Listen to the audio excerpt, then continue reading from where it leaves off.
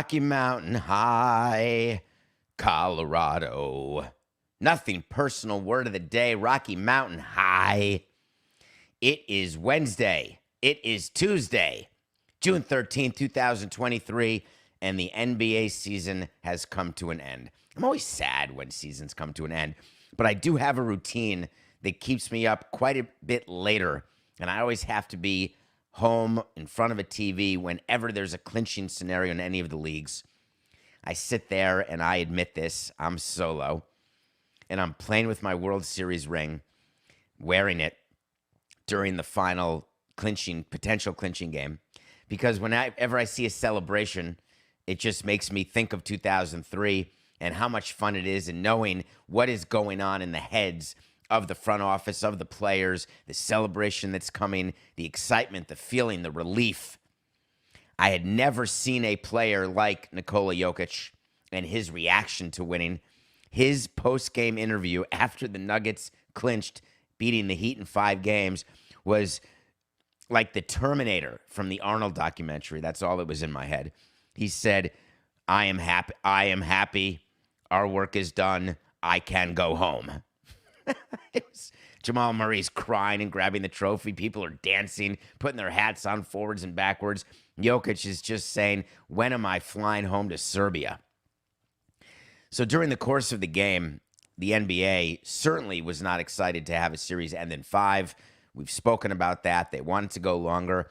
The referees are very aware that that game is really important for the Heat to win. Do I think it was called unfairly? Do I think Jokic could have been called for more fouls? Yes, I do. They're not going to be that obvious. I also know the Jimmy Butler 3-point shot foul by Aaron Gordon was not a foul on Gordon. It was a foul on Jimmy Butler. I also know the NBA can't control how Denver shoots. Denver could not hit the side of a barn for most of the game, could not hit any 3-point shots, and the Heat were winning. They were winning, and then the Nuggets started hitting shots, and before you know it, it's over. So tough when you are on the other side and you know that you should be up 20 and you're only up 4. And you look at the stat sheet and you say, there's going to be a regression, meaning at some point they're going to hit shots and we're not going to have answers. That's all that happened in this game. The better team won. We said that it would be Nuggets in 5. It was Nuggets in 5. We said that Jokic would be the MVP. Those were 2 wait to sees, and it was Jokic is the MVP. I loved Mike Malone winning the title, the coach. I loved him saying, we're ready to win more. We're not satisfied at 1. I was in awe of Stan Kroenke, the owner, notwithstanding his awkwardness in the post-game interview. I was just reminded of this by someone last night I was speaking to, who I had celebrated with the World Series, talking about that we had to do our World Series trophy presentation in a small clubhouse in old Yankee Stadium, not on the field like they do now. Even when the road team wins, the trophy presentations, everything's on the field. I think that's true. When visiting team wins, I don't know if they do it in the clubhouse. I think they still put the stage out even when it's on the road. But we were in a small, cramped area. No one could celebrate because the TV people were saying, be quiet, be quiet. Bud Selig hands the trophy over begrudgingly, right over to Jeffrey, the owner, and then to me.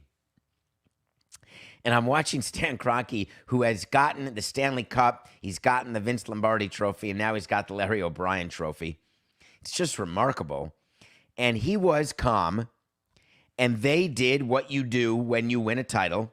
There's several PR things that you are prepped for as an owner or a coach or a GM, if the GM gets the mic, prior to winning a championship. You are told you must thank the fans. And the fans are the greatest fans in the world. That's how it works. No matter where you are, no matter what sport, your fans are the greatest fans. Without their support, we're here for you. This is for you. Not in large part because of you. This is because of you. So that is very simple PR. Owners have gotten really good about that. Coaches have gotten good about it. But back when they're really talking about it, I'm sorry. This is a disclosure that I'm making.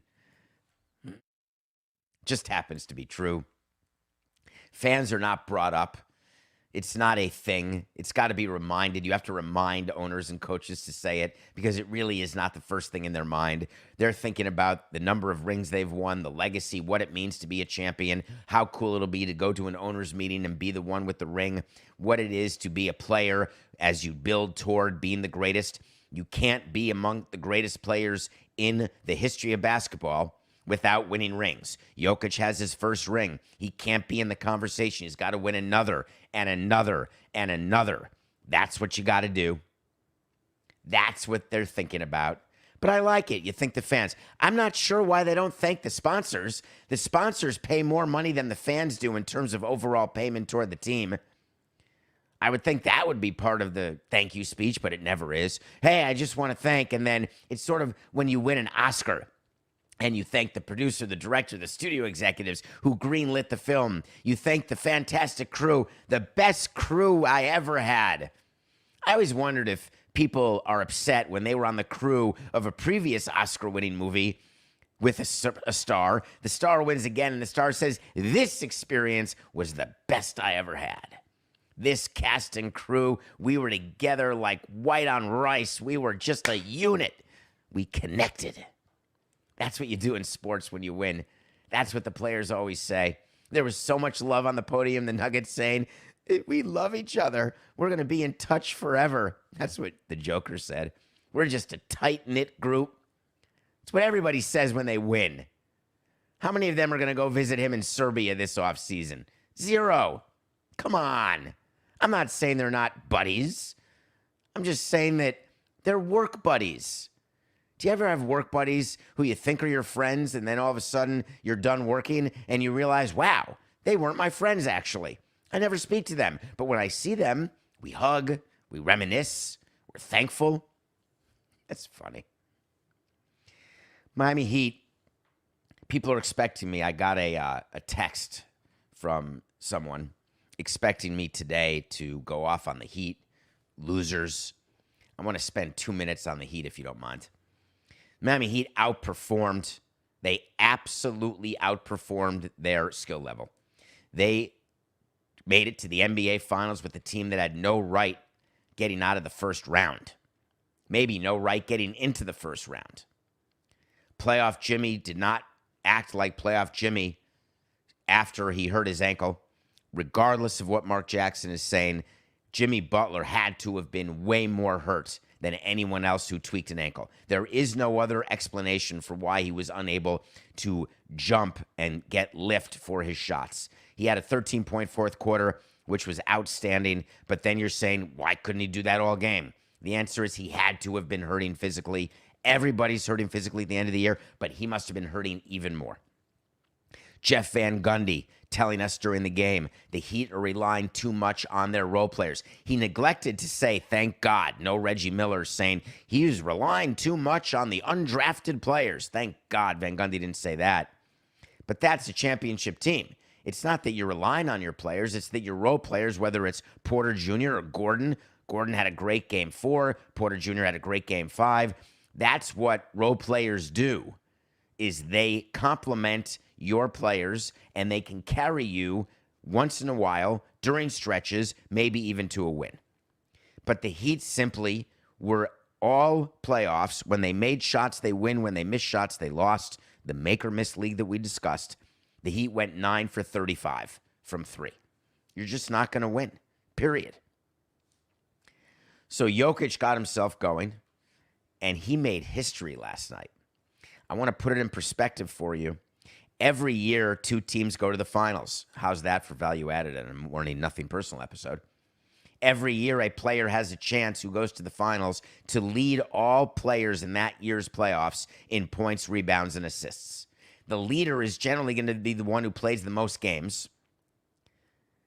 The Nuggets only played 20 playoff games. The most you can play, as you could probably do the math, would be 28. A 7-round series in the first round, second round, finals, conference finals, and then NBA finals. 28 possible games. You can go 16-12 and win a championship. I'm not sure it's ever happened, but you could. Jokic played 20 games, And he led all NBA playoff players in points, rebounds, and assists. The number of times that's been done previously, 0. Never. What an unbelievable player you're watching. For everyone who criticizes Jokic, and if it happens today on the Le Batard show, it will make me sad. But for everyone who criticizes Jokic, if you don't enjoy watching him play and his basketball acumen, his ability to find the open man, not because he's 7 feet tall, because he has great eyes, great anticipation, and his players are moving, and he knows where they're moving because it's a team that's played together. Bring in complementary pieces, but that core, they're together and they're winners. You are witnessing, albeit with only his first ring, someone who has the chance to be in the LeBron, Jordan, Kobe discussion. Jokic has a chance to be the greatest center of all time. He's got to deal with Shaq and Russell and Chamberlain and Jabbar. Jokic is the type of player who could win 4 out of the next 7 titles. Unbelievable to watch. So the NBA does the trophy presentation, the speeches. Major League Baseball is super excited at the possibility that the Stanley Cup will end tonight, and then the focus will be solely on baseball. There is 1 Stanley Cup game left. The NBA is trying to figure out what's our next day? How do we win the offseason? They're hoping for movement in free agency, and they're hoping that on June 22nd, everybody will tune in to watch the least surprising, least anticipated draft since LeBron James went number 1, and that is when Victor Wembanyama becomes a San Antonio Spur, and the Spurs return to relevance. That happens June 22nd. That's the next day on the NBA calendar. And until then, you will have front offices all over, everybody, including the Nuggets, but mostly the teams who lost. Because now the Heat are just the same as the other 29 teams. I forgot again. Is the NBA 30 or 32? In any case, you have all the front offices who are working on next season, all wanting to be where Denver is, all trying to catch Denver. And it starts this morning. People are in the office right now figuring out what are we going to do. It's going to be interesting to watch. All right. That's it for the NBA. We'll touch on NBA more. There'll be some off-season stories for sure. Absolutely. There'll be some scandals, some trades, some signings. But for now, the NBA playoff grind, the 2 months of playoffs, it ends with the Denver Nuggets winning their first ever championship. And the last thing I will say about this, Coca, if you will indulge me. The violence that took place in Denver yesterday, there was a mass shooting, 9 people injured, several of them critically. They're not sure whether it was part of the celebration. Was it an excuse to shoot because there was a celebration? Even 20 years ago, we had to have meetings with police in both Miami and Fort Lauderdale about what a celebration would be like if the Marlins clinched at home, because we came back from New York tied at 1. Had to have meetings because back then, 2-3-2, 3 straight games in Florida, could have clinched it in Florida in 5 games. What it would look like. Is it just going to be pots and pans? Will there be violence? This has been going on for decades. The difference now, it's almost like people are interested in the championship, so they have an excuse to manifest their violent tendencies, which completely defeats the purpose of the cohesiveness and togetherness that you want when you're running a team and the pleasure that you want to give your fans, though it's not the most important thing, but you want to give your fans the pleasure of a championship, the pleasure of a memory that they can make with their family, with their friends. And it's going to get to the point where people would rather stay inside than be out celebrating en masse. They'd rather stay inside than risk danger.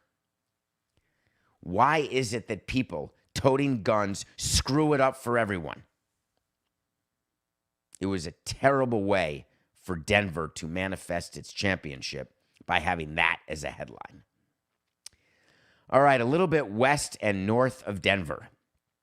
We've got a pretty big story happening today, and I think you're going to like it. And one of you was specific about that. You know what I want? I want to talk to Samson. So you want to talk to Samson. Normally what I say now is get into my DMs on Twitter, ask me a question, and if I like it, I'll answer it. But here's the question today. Not sure if you see this question, but Twitter DMs will only work if you follow me back unless I am verified. And David, comma, how is the Oakland front office preparing for tonight's reverse boycott? Well, that's two questions, but I'm going to answer both. I don't know if you've heard, but Twitter was purchased by a private individual named Elon Musk. That may be news that you're not familiar with, or maybe you are. Is that the biggest piece of news? Is that the type of news that even if you don't use Twitter and you're not interested in politics, is there anyone on earth who doesn't know that Elon Musk owns Twitter? Maybe I'll say in the States. I guess there are. There are people who simply don't give a crap, right? So Musk has been trying to figure out how to make this $44 billion purchase work, and it's not. It's absolutely bleeding money. It's a total disaster, yet the addiction is real. Absolutely. The changes that have been made, I can't find people on my timeline. I don't know who to follow when it happens. Now the rule comes out that you can only DM somebody if they follow you. That is Elon Musk's way of getting people to be verified. You've got to be verified and be followed back. So the problem is that I get so many questions from you through DM, and I try to read as many of my DMs as can and answer as many as I can, and it's total anxiety producing because I can't, and I've talked about that. So in one way I'm relieved, but in another way I'm despondent because once in a while there is a nugget of greatness that comes through my DMs, or somebody reaches out who I hadn't spoken to in a long time, who I know, or I get a random question from someone who I don't know that I want to use in the show. And now what? The only way around it, because I'm not going to follow everybody back. I'm just not. Although maybe it doesn't even matter how many people I follow back because I don't see anything in the timeline anyway. But you can just go on regular Twitter and do the ampersand David P. Samson and then hope I see it that way. Because if you go at David P. Samson, I think it goes just to me, Coca. If you do period at David P. Samson, then it's just a regular tweet where I may not see it. So it's all very strange to me. Coca is saying that that's not accurate. That's not true. All right. So the answer is I don't really know how Twitter works.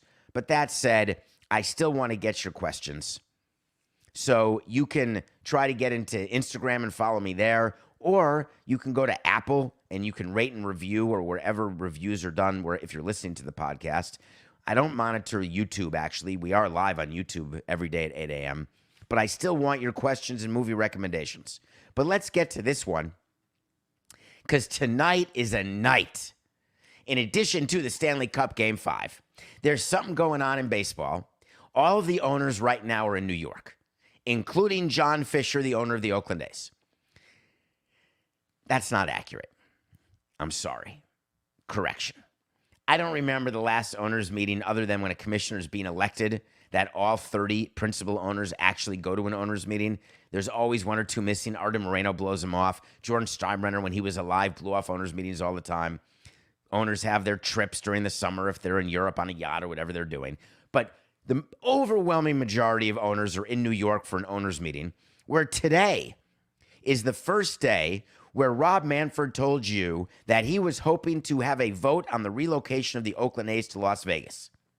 Here we are on June 13th. There's only one thing I can promise you that will not happen at the owners' meetings. I mean, they may break out into side chats, side meetings. There could even be a brawl amongst owners. Never seen that, but that is more likely to happen than a vote on relocation. The Oakland A's do not have money to relocate. They don't have a stadium deal in Vegas. They do not have the public money in Vegas. They have nothing done. As a matter of fact, the special session going on in Nevada is still going on. Unprecedented number of days at $250K per day trying to get their bill passed to get public financing. Nada. Zero. Nothing. no vote yet because the vote would be a negative. So they're delaying it and hoping and praying. Eventually, someone's going to stand up and say, Gnug, this special session's over. We're gaveling it. We're not doing it. But the A's and the lobbyists and MLB, they're trying to get this public money going. Did you notice, on a side note, several side notes today, Coca, the Vegas or Nevada Department of Transportation, part of public infrastructure is you've got to make sure there's enough power. You've got to make sure that the utility company, the airport, that everybody is aware of what's happening on the site in Tropicana, where they're supposed to build this tiny stadium that won't fit no matter what on 9 acres. Total ridiculous hogwash renderings that don't matter. But you need sign-off from various people as you are figuring out whether or not you need to make roads wider, whether you need to add highway exits.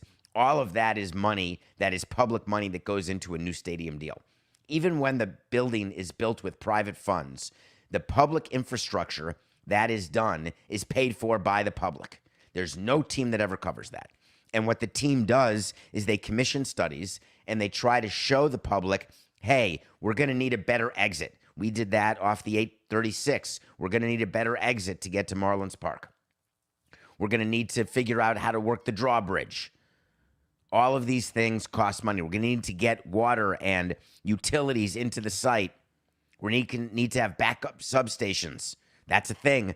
You need to pay to wire that stadium so it's run by more than one substation. In case of power outage, we would say you can't let the lights go out. You got to play. In Nevada, they came out with a statement saying we cannot evaluate what the cost will be of this bill of building a stadium because we don't even know where the stadium's going to be built. There's a little nugget. I'm going to use that word as often as possible today. A little nugget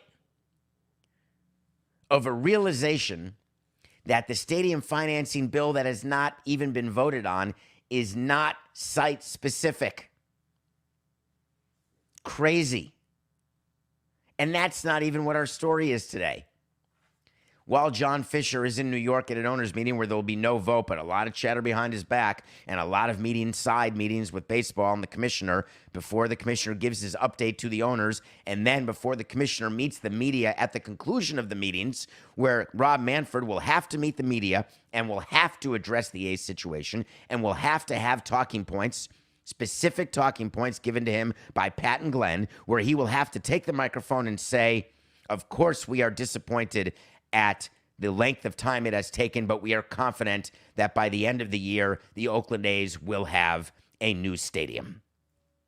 They will have a new stadium plan, and it will be financed, and we will be able to move on to other business. This has been a long, arduous process, but if Rob is smart and he's got good advisors, he's going to back off from blaming fans in Oakland, back off from saying the team is definitely moving to Vegas, and look for that. If you are a fan of the Oakland A's and want the team to stay in Oakland, look for a subtle change in how Rob meets the media. We'll talk about it as soon as he does meet the media at the end of these meetings. But meanwhile, while these meetings are going on, there's something happening tonight in Oakland that is mortifying for baseball. It is called a reverse boycott. Tonight is a night where fans of the Oakland A's have started like a crowdsourcing, a GoFundMe, getting people to go to the game against the Rays to show Rob Manfred and John Fisher that the issue is not the fans in Oakland, the issue is the owner in Oakland. They are getting thousands of people to buy t-shirts that say sell, sell Mortimer, sell, thinking that that will in any way convince John Fisher to sell. It won't.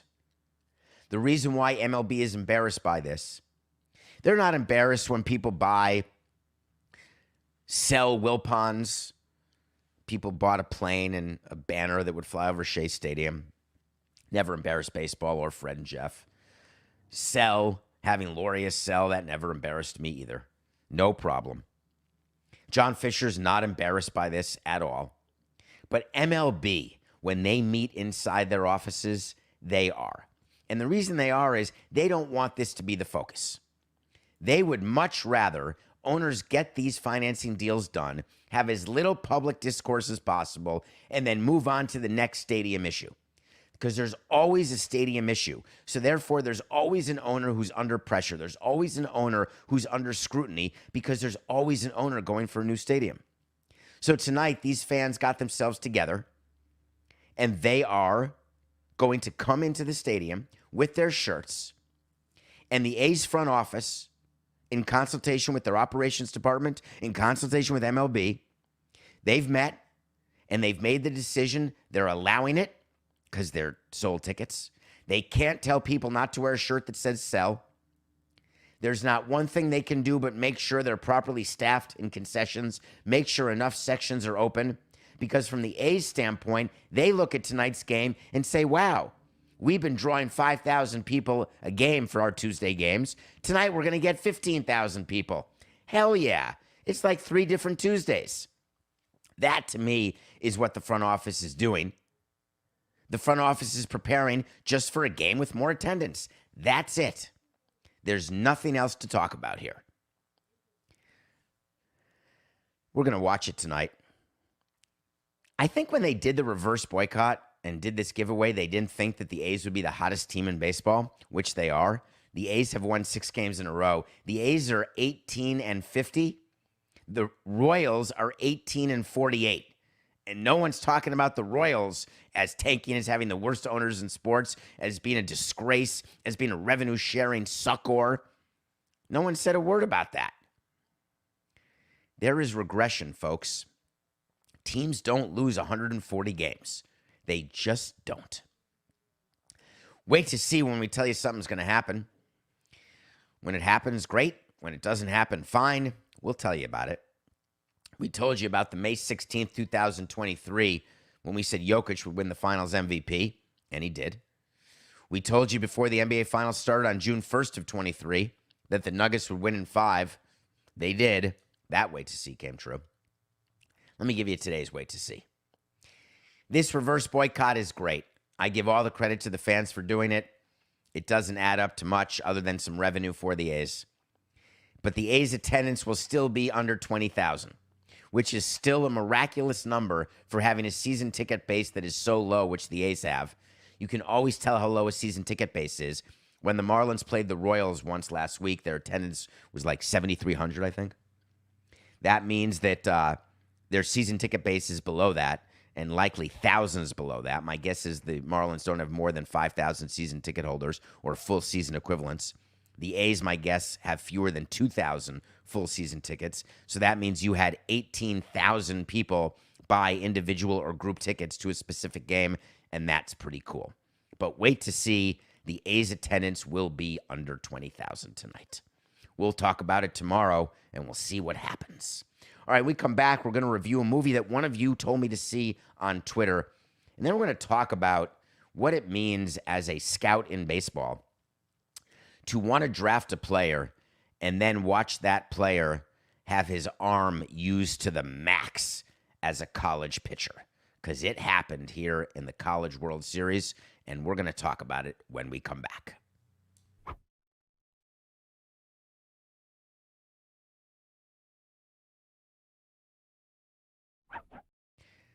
Welcome back to Nothing Personal. It's David Samson. Thanks for being with us live every day, 8 a.m. Matthew Coca and I are here to entertain, inform, and we appreciate your loyalty more than you know. I cannot believe that I missed a Ben Stiller movie because I thought every time he does a movie, I watch it. He's one of those actors, and there are many of them, where when they've got a new movie, I'm going to watch it. One of you said, have you seen Brad Status? And I had not. Brad Status is a movie that came out, 4 or 5 years ago. And it stars Ben Stiller and Austin Abrams and Jenna Fisher. And it's a movie that also has Luke Wilson and Michael Sheen. It's about a father and a son who take a trip to look at colleges. But Ben Stiller is the father. And there's something about Ben Stiller that's very Walter Mitty-like, which is one of my favorite movies, where he doesn't necessarily see what is there to be seen. He has his own interpretation of reality. He has his own issues about his life, his midlife crisis, whether or not he is having the life that he should have had, whether or not he could be more, should be more. This is a golden nugget of a movie that I missed. It is subtle. It is introspective. It makes you take stock in your life, in your moment. The young man, Austin Abrams, absolutely can share a screen with Ben Stiller as a father-son. It is touching watching them visit schools. The dream of having a child go to Harvard, I don't know why you dream that versus Yale, but the dream and what it is when a father and son have a different dream or the same dream, or jealousy that a father could have when a son does something. I'm uniquely interested in that concept, as I saw it all the time in sports where fathers are living through their sons. It's horrific.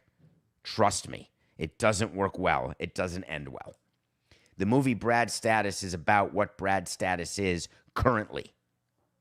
Please watch it. I promise you, you will enjoy it. It is, one more time, a nugget. All right, let's talk about Quinn Mathews. If you haven't heard of him, no problem. Don't fast forward. Don't put me on 2X. You could put me on half X for this. Quinn Mathews pitches for Stanford. I learned early on to listen to scouts. I wish I had learned more.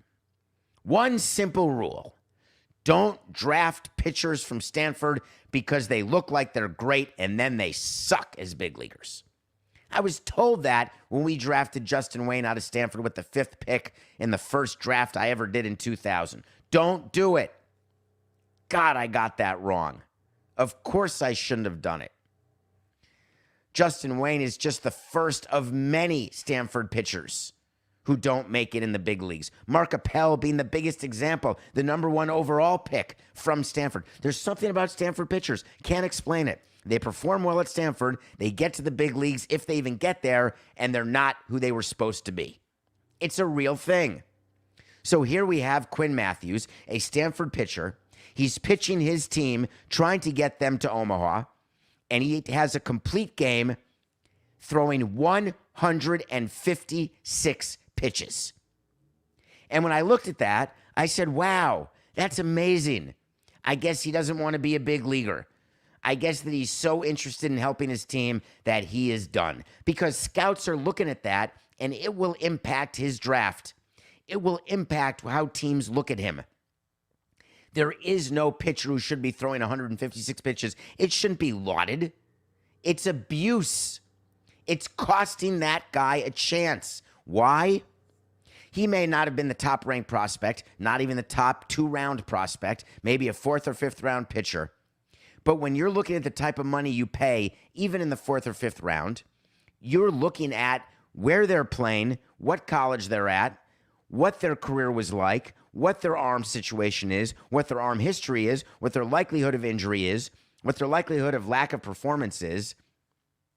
And college coaches, frankly, my dear, they don't give a damn.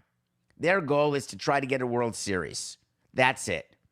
Players get taken advantage of because they don't want to let their teammates down. They're kids. I do believe there should be pitch limits in college. The reason I believe it is because it is responsibility. Basically, college is like the minor leagues. You've got to be in control of the talent. If you have a player who signs off that they are not going to be a major leaguer, they're playing college just for the fun of it because it's something to do, I'm happy to have you throw until your arm falls off. But I want it signed. I want it in writing that that player knows that they're not going to be a big leaguer. But if you even have a chance to be a big leaguer, I want you to be protected against yourself and against college coaches. A complete game, 156 pitch outing. It's not reasonable. How do you deal with it? Do you know that when we draft players and there are players still playing, let's say they're still playing in college or they're still playing not in our organization, we then speak to the coach or speak to the team or speak to where they're playing and say, nope, here's what we're wanting. Here's the number of pitches he can throw.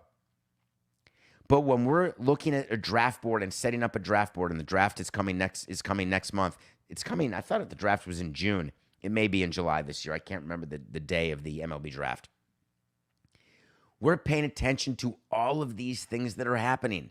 We have scouts who go to the College World Series. We'll look at bullpen arms and say, hey, can we draft anyone out of the World Series who we can bring up right now? Put them right into the bullpen. Maybe they can help us this year. What level do we need help? The big league level. Your best chance during the draft to get big league help is getting someone out of college and putting them into your bullpen. It's the only chance. Position players aren't ready to be called up out of college. Starting pitchers aren't ready to start in the big leagues. Your best chance is bullpen. And when you've got a bullpen arm, you don't want to draft a player who's used that many bullets in that particular day. I found it to be an absolute mistake. I mean, listen, we can go through all the players who've been drafted out of Stanford. I mean, Cal Quantrill, fine. Jeremy Guthrie, fine. Anyone ever heard of Jeremy Bleich, Greg Reynolds, Mike Gosling, Jeff Austin? Not me. Maybe it's just me. Quinn Mathews, congratulations for what you did, but it's going to cost you. Though Stanford did move on. Did you see that play yesterday, Coca? Stanford moved on because Texas dropped a ball, let a ball fall in between. It's like it got lost in the lights or something. The kids were despondent beyond repair. That was the agony, the thrill of victory and the agony of defeat. All right, nothing personal pick of the day. We had the Heat +9. Do you remember what we told you about yesterday's game? We actually said we're taking the Heat and the points, but the Nuggets are going to win. That's exactly what happened. Heat +9 is a winner. We are 92-91. All right, couple things of note tonight. Let's start in baseball, where there is a Subway Series going on during an owners' meeting in New York. I don't ever recall that happening, where the Yankees and Mets are playing each other, both home with one of the meetings here in the city. But that's what's happening. You got Max Scherzer going against Luis Severino. This is an important series. And I guess I'm the boy who cried wolf a little bit. Because each series, as the season gets later, I can find you a storyline, and I could give you a reason on CBS Sports HQ or on the network. I can do this every day, no problem. Here's the probable starters. Here's why this series matters, and here's who needs to do what. What happens in a series when both teams have to win 2 out of 3? Coca, I'm not prepared. Excuse me. I don't want to stop the show. We're live, but are the Yankees and Mets playing a 3-game series or a 4-game series? Today is Tuesday. I would assume they're playing Tuesday, Wednesday, Thursday only, because there's no series that goes Tuesday to Friday, though the schedule is pretty screwed up. I'm going to assume it's a Tuesday, Wednesday, Thursday series. Both teams need to win 2 out of 3. Period. The Mets, I would say, oh, it's not. It's a 2-game series. Thank you, Coca. It's one of those small little 2-gamers. All right, let me rethink this. I'm sorry. I was up late watching the game. It's likely to be a split. You don't really want to go into a 2-game series and say we've got a sweep because they call it a sweep. It's really a mini sweep when you win a 2-game series. Well, either way, Scherzer going for the Mets after Steve Cohen's little outburst of how he's not blowing it up and he runs a hedge fund. Go listen to yesterday's show.